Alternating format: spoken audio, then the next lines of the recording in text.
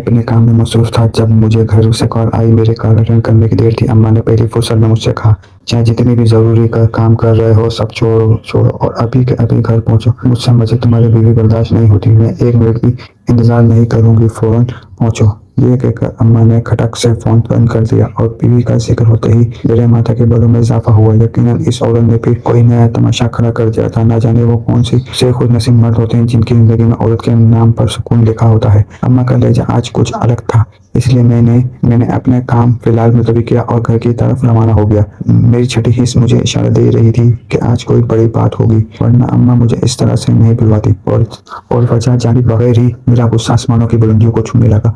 इसकी एक वजह ये भी थी कि मैं अपनी बीवी से थक चुका था और इससे छुटकारा पाना चाहता था, मगर मेरी औलाद मेरे पाँव की जंजीर बनी हुई थी। इस सूरत हाल ने मुझे इंतहा बेबस कर दिया कि मैं चाहकर भी कोई राय इख्तियार नहीं कर पा रहा था। जब मैं घर पहुंचा तो घर के सारे फर्द जमा थे और मेरी बीवी एक कोने में खड़ी कर कांप रही थी। इसको इस तरह डरता कांपता और बेगी खौफजदा आंखों से अपनी तरफ मुतवज्जह देखा तो मेरे गुस्से में मजीद इजाफा हुआ और वो अपनी हरकतों से बाज नहीं आई थी और फिर मासूम ऐसे बन जाती थी जैसे का इसका कोई कसूर ही नहीं। मेरे ही घर वाले बुरे बुरे, हालांकि ऐसा नहीं था। मैं अपनी माँ को बहुत अच्छे से जानता था। वो सबका ख्याल करने वाली और एहसास करने वाली थी।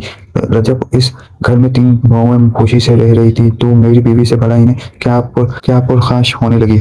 इसलिए जाहिर था मेरी बीवी मासूम बनने की अदाकारी करती थी ताकि इसके झांसे में आ जाऊं। मैंने अपनी बीवी को खुफा नजर से घूरा और अम्मा से पूछा, जी अम्मा बताएं अम्मा, क्या तमाशा खड़ा कर दिया इस औरत ने जो मुझे इतनी इमरजेंसी में बुलवा लिया। जानती भी हैं मैं अपने काम में मसरूफ होता हूँ। वो कंपनी मेरे बाप की तो है नहीं कि जब जी चाहे मुंह उठाकर घर चला आऊं।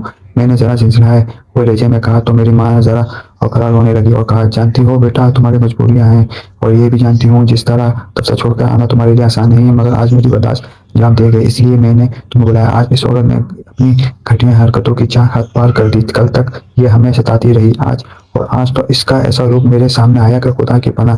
मैंने इस जलील औरत को सामने वाले प्रोफेसर के साथ रंगों हाथों पकड़ लिया। इसके साथ नहीं मटक्का कर रही थी। अरे इसकी तो दीदों का पानी मर गया। इसे जरा भी शर्म हया नहीं आई कि अपने शोहर की इज्जत खाद में मिला रही है और 2 बच्चों की अम्मा होते हुए इसी घर की हरकतें कर रही है। मैं तो जी जान से कांप गई और जब मैंने इसको डांटा और एहसास दिलाना चाहा कि यह गलत कर रही है तो इस औरत ने मुझे ही बातें सुनाई कि कमजोर और बच औरत हूँ, अपने बेटे का घर बसाना ही नहीं चाहती। भला कोई माँ अपने बेटे की दुश्मन कैसे हो सकती है। मेरा ही दिमाग खराब था जो इसे सादा मिजाज नेक और सीधी औरत समझकर ब्याह लाई। जो औरत अपनी औलाद की परवाह नहीं कर रही वो मेरे बेटे का एहसास क्यों कर रही। अल्लाह जाने कब से चक्कर चल रहा है भाई। मैं तो बाँच औरत थी। तुम खुद ही अपनी बीवी से हिसाब लो और मुझे भी साफ साफ बता दो कि इस घर में तुमने किसे रखना है, इस औरत को या मुझे क्योंकि मैं इसके साथ अब नहीं रह सकती। अब तो इसकी खूब जुबान चलने लगी है। आज इसने मुझे बातें सुनाई कि कल को हमारी जान लेने से भी गुरेज नहीं करेगी और जो इसके लक्षण आज देखे मैंने तो वैसे ही डर गई हूँ। मेरी कुंवारी बच्चियां इसके साथ नहीं रह सकती। ये कहकर अम्मा फूट फूट कर रोने लगी और अम्मा की बातों से मेरा वजूद लदरने की जद में आ गया। मेरा दिमाग में आंधियां चलने लगी, मेरी आंखों में मिर्चें भरने लगी। मैंने बेयकीनी से अपनी बीवी की जानिब देखा और इस हद तक गिर सकती है कि मैंने तुम नहीं सोचा था। शादी के 5 साल में मैंने औरत का फजूल हरकतें बर्दाश्त की, मगर ये मेरी बर्दाश्त से बाहर थी। मेरी आंखों में खून आया। मैं अपनी होश खो बैठा और अपनी बीवी को पूरी तरह पीट डाला और रोते हुए कसमें खा रही थी। मैंने ऐसा कुछ नहीं किया, ना ही इस प्रोफेसर के साथ चक्कर है। हाँ, अम्मा को बुरा भला कहा तो मेरे किरदार पर खींच उछाल रही थी और मैं इसके मुंह से ये बात सुनने की देर मेरी नफरत में मजीद इजाफा हुआ था। मैंने इसे बाजू से पकड़ा और घिसटते हुए घर से बाहर खड़ा कर दिया। वो चीख रही थी और मुझे कह रही थी कि मुझे मेरे बच्चों से दूर मत करो। अल्लाह तुम लोगों ने जुल्म की इंतहा कर दी, मगर अब एक माँ से इसके बच्चे नहीं छीन सकते। तो मैंने कहा चली जाओ अभी और इसी वक्त मेरी नजरों से दूर, वरना तुम लफ्ज सुन लोगी। अभी भी मैं तुम्हारा लिहाज कर रहा हूँ। तुम्हारी हालत की वजह से तुम्हारी तलाक नहीं दी, वरना जो आज तुमने किया इसके के बाद तो तुम्हारा वजूद नाकाबिल बर्दाश्त है मेरे लिए। अब अगर तुमने मुझे मजबूर किया तो मैं सारा लिहाज खत्म कर दूंगा। इसे खरी खरी सुनाकर मैंने दरवाजा बंद कर दिया। मेरी बर्दाश्त खत्म हो रही थी। गुस्से से मेरा पूरा वजूद कांप रहा था। मेरा दिल कर रहा था कि ऐसे इसकी जान ले लूं, मगर वो हमने थी और अपने बच्चों के लिए भी बहुत हसास थी। मगर मैंने सोच लिया था कि अपने बच्चों की विलादत के फौरन बाद ही मैं अपना बच्चा इससे लेकर इसे तलाक दे दूंगा। वो इस काबिल भी नहीं थी कि मैं इसे वापस घर लाता। ऐसी बदकिरदार औरत घर में रखने की मतलब था कि मैं अपने बच्चों की जिंदगी में अजरन कर देता। इतने अरसे से जो फैसला मैं नहीं कर पा रहा था, आज वो फैसला दमों में हो हो गया था। अपने बच्चों की वजह से मैं परेशान तो था, मगर कहीं न कहीं मुझे सुकून भी हासिल हो गया था, मगर नहीं जानता था बहुत जल्द मेरा ये सुकून शरीर बेसुकूनी में बदलने वाला था। इसी दिन शाम को मेरी बीवी के घर वालों ने मुझसे राब्ता करने की बहुत कोशिश की, मगर मैंने इनकी कॉल नहीं उठाई। मैं जानता था वो मुझे मेरी बीवी की हालत का बताकर ऐसा दिलाने की कोशिश करेंगे और चाहेंगे कि मैं इसे वापस ले आऊँ, क्योंकि मेरी बीवी के मेके में भी जगह नहीं थी। मगर अब ऐसा मुमकिन नहीं था। मैंने अम्मा जान को भी सख्ती से कह दिया था तो इन लोगों से मुलाकात करने की कोशिश ना करे, ना ही मुझसे कोई उम्मीद रखना कि मैं अब इन घर लाऊं। और वो औरत मेरी तरफ से फारिग थी। मैं बस अपने बच्चे की पैदाइश का इंतजार कर रहा था। मैं अब दिन रात अपने काम में मसरूफ रहता। जिस काम को मैं ज़्यादा से ज़्यादा टाइम देना चाहता था, इसका मुझे मौका मिल गया था। बच्चे मैंने अपनी माँ के हवाले किए हुए थे। बज़ाहिर तो सब ठीक था, मगर एक माह के बाद मुझे अंदाजा होने लगा कि जो घर वाले मेरी फिक्र में पहल काम रहते थे, अब नहीं घर वालों को मेरा काम करते हुए और मेरे बच्चे संभालते हुए बहुत मसला होता था। जाहिर है बुरा औलाद पालना कहाँ आसान होता है, मगर मेरे घर वाले मेरे बच्चों से इतने आजिज थे, इस बात का मुझे अंदाजा नहीं था। एक रोज जब जल्दी फारिग हो जाने पर मैं घर पहुंचा तो मैंने देखा मेरे दोनों बच्चे चले घूम रहे थे। वो दोनों भूखे थे, इनको अभी तक नाश्ता भी नहीं मिला था। हालांकि दिन के 3 बज रहे थे। मेरे अचानक पहुंचने पर मेरी भाभियां, माँ और बहनें गड़बड़ा गई और इनकी मसरूफियत का बहाना बनाया जा रहा कि मैं देख सकता था घर के बाकी अफराद पहले खाना भी खा चुके थे और भाइयों के बच्चे भी नहा हुए खेल रहे थे। बस मेरे बच्चों के लिए वक्त नहीं था। अपने बच्चों की यह हालत देखकर मेरा दिल कट रहा गया था। मैंने पहली फुर्सत में अपने बच्चों के लिए खाना गर्म किया, इन्हें खिलाया और फिर इनको नहलाकर साफ कपड़े पहनाकर और घुमाने के लिए ले गया। जाने कितने दिनों के बाद आज मैंने अपने बच्चों को वक्त दे रहा था। मेरी तवज्जो पाकर मेरे बच्चे खुल उठे थे। इनकी हालत पर मेरा दिल दुख से भर गया था। चंद ही दिनों में वो कमला कर रह गए थे। अपनी माँ के होते हुए इनकी सेहत बहुत प्यारी हुआ करती थी। मुझे बेख्तियार अपनी बीवी का ख्याल आया था और मैं हैरान था, ऐसा कैसे मुमकिन था। मुझे तो यही बताया गया था कि वो अपने बच्चों का ख्याल नहीं रखती और बच्चा सारा सारा दिन भूखे रहते हैं। मेरी माँ और बहनें ही बच्चों का ख्याल रखती है। फिर बच्चों का ख्याल रखने वाली तो अब भी घर में मौजूद थी, और बच्चों की हालत खराब हो रही थी।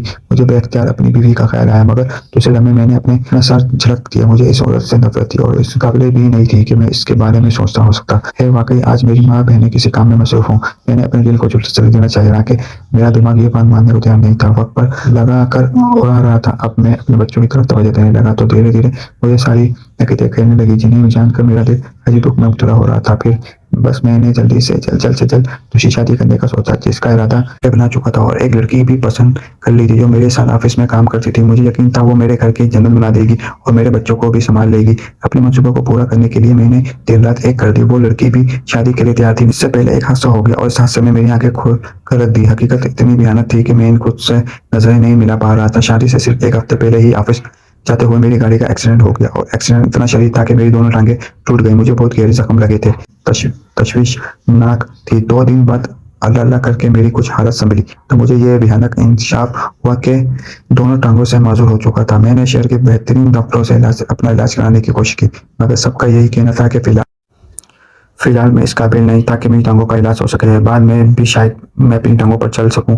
वहाँ गिरना ज़्यादातर चांस यही थे कि मैं हमेशा के लिए माजूर हो चुका था और मेरी माजूरी ने मुझे कहीं कहीं नहीं छोड़ा था। मुझ पर मेरी ज़िंदगी तंग पड़ गई। मेरा दिल कर रहा था मैं फटे और मैं इसमें समा जाऊँ। शर्मिंदगी और तकलीफ से मेरा बुरा हाल था। जाने अनजाने में मैंने इतनी बड़ी भूल कर बैठा। जिन अपनों के लिए मैंने अपना माल दिया था वही अपने ही मेरे दुश्मन निकले थे। जिस लड़की को मैं वफा का पेकर समझता था, मेरी माजूरी को देखकर वो लड़की भी मुंह मोड़ गई, क्योंकि माजूर होने की वजह से मेरी नौकरी भी चली गई। मेरा बहुत दिल दुखा, मगर मेरे अल्लाह का शुक्र अदा कर रहा था मुझ पर यह हकीकत खुल गई और जो सारा मुकम्मल तौर पर मैं अपने घर वालों के रहम करम पर आ गया था। मेरी देखभाल, इलाज, मालिश सब कुछ मेरे भाई करने लगे थे। तो चंद ही दिनों में इनकी बस हो गई और बहाने बहाने से अपनी कमाई का रोना रोते हुए मुझसे जान छुड़ाने लगे। और बिस्तर पर होने की वजह से अब मैं सारा दिन घर होता तो मैंने अपने बच्चों की हालत भी देख ली थी और अपनी माँ बहनों का प्यार भी। सिर्फ 2 महीने में ही वो सब मुझसे थक गए और फिर एक रोज मेरी माँ ने मुझसे कह दिया, शमा को बुलवा लो, चलो वही तुम्हारा देखभाल करेगी और बच्चों को भी संभालेगी। मुझसे तो अब नहीं संभलते, इतने भी पूरी नहीं थी। बस मैं भी बातों में आ गई। ख्वाह नख्वाह इस लड़की को घर से निकलवा दिया। आज होती तो तुम्हारा ख्याल खुद रखती। अम्मा की ये बात सुनकर मेरा दिल उठा गया, यूं में जा गिरा। कितनी आसानी से इन्होंने कह दिया कि बस बातों में आ गई और अब वही तुम्हारा ख्याल रखेगी। मुझे चुप लग गई थी। मैंने कुछ भी बोलने की पोजीशन में नहीं रहा था। वह गुजरने लगा। अम्मा ने मेरी दोनों बहनों की शादी कर दी और भाई भी हेले बहानों से अलग घर में शिफ्ट हो गए लगे। तब सबसे छोटे भाई की बीवी ने जाने से पहले मुझे सारी हकीकत तो तो बताई तो मेरे होश उड़ गए। शमा के साथ गुजरा हुआ वक्त याद आने लगा तो मैं शर्म से पानी पानी हो गया। शमा खूबसूरत थी मगर इसकी सादगी, कम तालीम और खामोशी रहने की वजह से वो मेरे दिल में जगह नहीं बना पाए। अम्मा जो इसे बहुत शौक से ब्याह लाई, शादी के चंद दिन ही इसकी बुराइयां करने लगी और मैं जो पहले ही जैसे तैसे इसे बर्दाश्त कर रहा था, अम्मा की बातों में आ गया और अपनी बीवी पर जुल्म के पहाड़ तोड़ दिए। जब भी अम्मा शिकायत लगाती, मैं शमा से इसकी इस बात की तस्दीक नहीं करता बल्कि इसको बातें सुनाता और अक्सर वक़ात तो इस पर हाथ भी उठाता था। फिर धीरे धीरे शिकायतें बढ़ने लगी और अम्मा के साथ मेरी बाकी घर वालों ने भी इसकी ऐब गुनवानी शुरू कर दी है। वो झोपड़ थी, बस सलीका थी, इसका इसे खाना बनाना नहीं आता था, बच्चे पैदा हुए इनको भी संभालना नहीं संभालती थी बल्कि सारा दिन बिस्तर तोड़ती थी। मेरे ऑफिस की लड़की थी, शक्ल इतनी प्यारी नहीं थी मगर खुद को सजा सजा सजा संवार कर लगती तो कमाल लगती थी। इसको इसको बात करने का तरीका आता था। जब हमारे दरमियान बातचीत बढ़ी तो अक्सर मेरे लिए खाना बनाकर लाने लगी। इसके हाथ में बहुत जायका था, वो खाने खाकर मुझे बहुत मजा आता और दिल ख्वाहिश जागती, काश मुझे ऐसे जायकेदार खाने वाला बनाने वाली औरत मिल जाए। और फिर मेरी ये ख्वाहिश पूरी हो गई। वो लड़की मुझ में दिलचस्पी लेने लगी। मैं भी सुकून और मोहब्बत का तरसा हुआ था। इस लड़की की संगत में कोई सुकून मिलने लगा तो हमने शादी का इरादा कर लिया। मैंने फौरन शादी करना चाहता था मगर सवेरा जल्दी शादी घर में नहीं थी बल्कि वो चाहती थी कि शादी से पहले बेहतरीन मुस्तकबिल के लिए मैं बैंक बैलेंस बना लूँ। सवेरा ने मुझे मशवरा दिया कि मैं सारा पैसा अपनी कमाई घर वालों का खर्च ना कर दूं बल्कि बच्चों की अच्छी जिंदगी के लिए कुछ बचाना शुरू करो और हो सके तो एक साइड बिजनेस भी शुरू कर लो जो मेरी शक्ल मुश्किल वक्त में काम आ सके। नौकरी प्राइवेट थी, कभी भी खत्म हो सकती थी। सवेरा की बात मेरे दिल को लगी। मैंने सवेरा के सामने तो इस बात की हामी नहीं भरी बल्कि अलबत्ता खुद इस मशवरे पर अमल करना शुरू कर दिया। मैंने सोच लिया था मैं सवेरा को शादी के बाद ये सब सरप्राइज दूंगा कि मैंने इसकी खुशी की खातिर अपना कारोबार जमा लिया। घर में मेरा मिजाज हर वक्त बिगड़ा रहता था। शमा को देखते ही मेरा मुंह बुरी तरह खराब हो जाता था। अलबत्ता मुझ बच्चों से मुझे बहुत प्यार था। मुझे अपनी औलाद बहुत प्यारी थी। इनको मैंने बहुत प्यार से रखा था हुआ था। यही वजह थी सवेरा का मशवरा मुझे बहुत पसंद आया। वो ठीक ही तो कहती थी, अपने फूल जैसे बच्चों को बेहतरीन जिंदगी देना मेरा फर्ज था और ऐसे में मैं शमा के हकूक और इसके फर्ज की अदायगी बिल्कुल भूल गया। मैंने ये भी नहीं महसूस किया कि शमा मेरे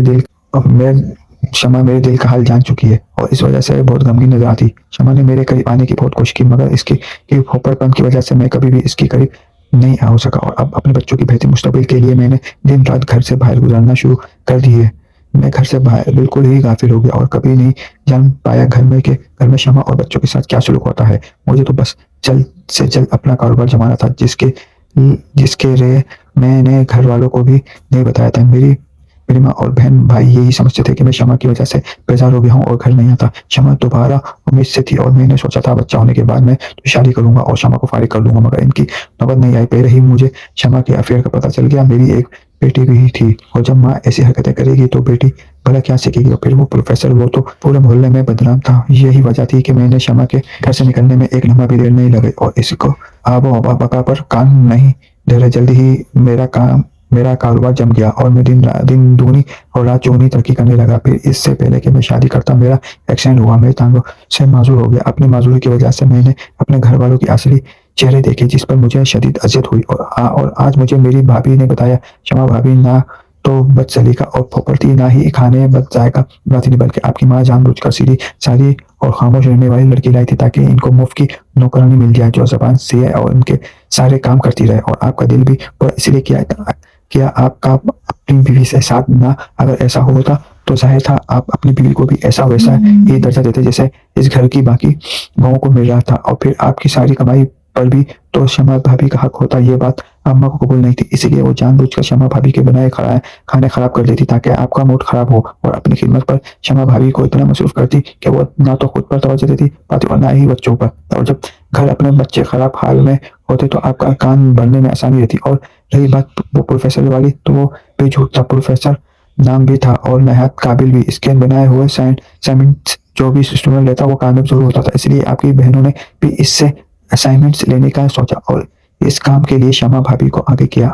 अब अगर प्रोफेसर से असाइनमेंट लेते हुए मोहल्ले का कोई बंदा शमा भाभी को देख भी लेता तो वही बदनाम होती। आपकी बहनें बदनाम हुई मगर बगैर ही कामयाब हो जाती। वो तो जाने कितने वक्त से शमा भाभी को प्रोफेसर के पास भेजकर असाइनमेंट्स मंगवा रही थी मगर इस रोज अम्मा ने देख लिया और फसाद खड़ा कर लिया। आपकी बहनें मुकर गई और किरदार पर बात होने की वजह से भाभी चुप नहीं रह सकी और अम्मा का आईना दिखाया और अम्मा ने इनको घर से निकलवा दिया। अब खुद देख ले, वही अम्मा बहनें आपकी हिम्मत करने से कासिर है। बच्चों को भी पहले शमा भाभी संभालती थी, अम्मा नहीं। भाभी की बातें मेरी रूह को ताज़ियाने की तरह लगी। मैं क्या समझता रहा और हकीकत क्या निकली।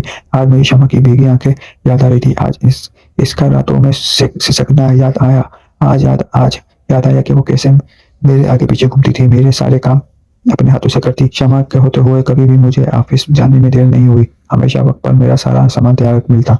मगर मैंने कभी क्षमा से मोहब्बत दो बोल भी नहीं बोले। शादी के बाद शायद मेरा इससे दिल लग जाता, जो अगर अम्मा इसके खिलाफ मुझे वजन ना करती। मगर सच्चाई यही थी, मेरी अम्मा को अपने बेटे की कमाई और एक अदद मुनासबत चाहिए थी। आज जब मेरी नौकरी खत्म हुई तो अम्मा को मेरे साथ रहने में मसला होने लगा। बहनों की भी शादी कर दी कि कहीं इनके लिए पैसा मेरे जात पर खर्च ना हो जाए। अब जब मेरी आंखों से पर्दा हटा था तो अम्मा की सारी साजिशें समझ आने लगी। मैंने कभी नहीं सोचा था मेरी माँ मेरे साथ इतना बड़ा जुल्म करेगी। मैंने तो अपनी माँ और अपने बहन भाइयों की खातिर अपने बहन भाइयों की खातिर अपनी जिंदगी खराब कर ली, और बदले में मुझे ये सिला मिला कि इन सब ने मिलकर मेरा घर खराब कर दिया। और मैं जो ये समझता था कि वो सबसे मोहब्बत करते हैं और मेरी इज्जत करते हैं, आज पता चला था मेरे पैसों से मेरी इज्जत थी।